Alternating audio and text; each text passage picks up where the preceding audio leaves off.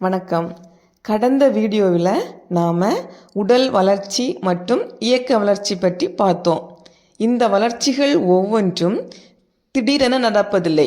இது ஒரு தொடர்ச்சியான பயணம். இந்த தொடர்ச்சியான வளர்ச்சி பயணத்தில் இன்று நாம் பயணிப்போம். சரியா? தொடர்ச்சியான வளர்ச்சி அப்படிங்கிறது ஒரு குழந்தையுடைய வாழ்வில் மறைவாக நடந்து கொண்டிருக்கும் மிக முக்கியமான அடித்தளம். ஒரே நாளில் உங்கள் குழந்தையானது பேச ஆரம்பிக்கிறதா அல்லது ஒரே நாளில் உங்கள் குழந்தையானது நடக்க ஆரம்பிக்கிறதா? சற்று யோசியுங்கள். இந்த நிகழ்வு திடீரென நிகழவில்லை. அது தொடர்ச்சியான வளர்ச்சி. மெல்ல மெல்ல நடந்து தோன்றி வளர்ந்து வந்ததன் முடிவு தான் இது. நடப்பதும் பேசுவதும் இதே போல ஒவ்வொரு நிகழ்வும். தொடர்ச்சியான வளர்ச்சி என்பது குழந்தையின் திறன்கள் படிப்படியாக வளர்வது. இன்று ஒரு செயல்முறையை தொடங்குகிறான், நாளை அதை செய்ய மேலும் மேலும் முயற்சிக்கிறான், அடுத்த மாதம் அதில் நிபுணராகிறான். இதுதான் தொடர்ச்சியான வளர்ச்சி.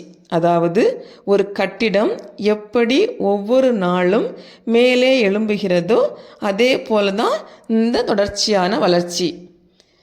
இதில் ஒரு பெற்றோர் தெரிந்து கொள்ள வேண்டிய செய்தி என்ன அப்படின்னா, ஃபஸ்ட்டு வளர்ச்சி டெய்லி நடக்கிறது அப்படிங்கிறத புரிஞ்சுக்கணும்.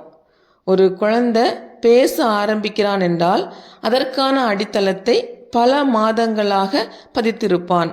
முதல் நாள் ஒலி, அப்புறம் இலக்கணமில்லா சொற்கள், பிறகு சொற்கள், அடுத்து வாக்கியங்கள். ஃபஸ்ட்டு நாம் பேசுகிறத அவளோட கேட்கிறான், அப்புறம் நினைக்கிறான், அப்புறம் பகிர விரும்புகிறான். இதுதான் தொடர்ச்சியான வளர்ச்சி. இதே போல தான் உடல் இயக்கங்கள், உணர்ச்சிகள் எல்லாமே மெதுவாக படிப்படியாக வளர்கின்றன. செகண்ட், பெற்றோருடைய பார்வை தேவை. பெற்றோருடைய கவனம் மிகவும் முக்கியமானது இந்த வளர்ச்சியில்.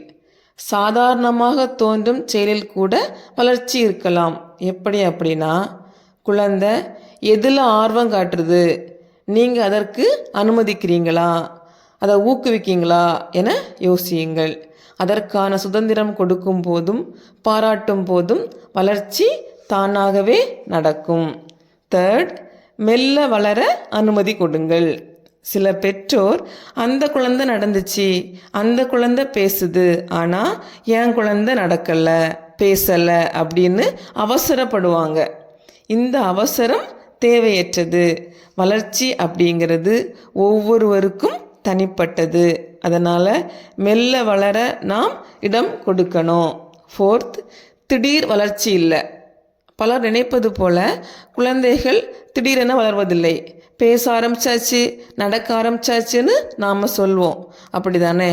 ஆனால் அதற்கு பின்னால் மாதக்கணக்கில் நடந்த வளர்ச்சியை கவனிக்காமல் விட்டுடுறோம்.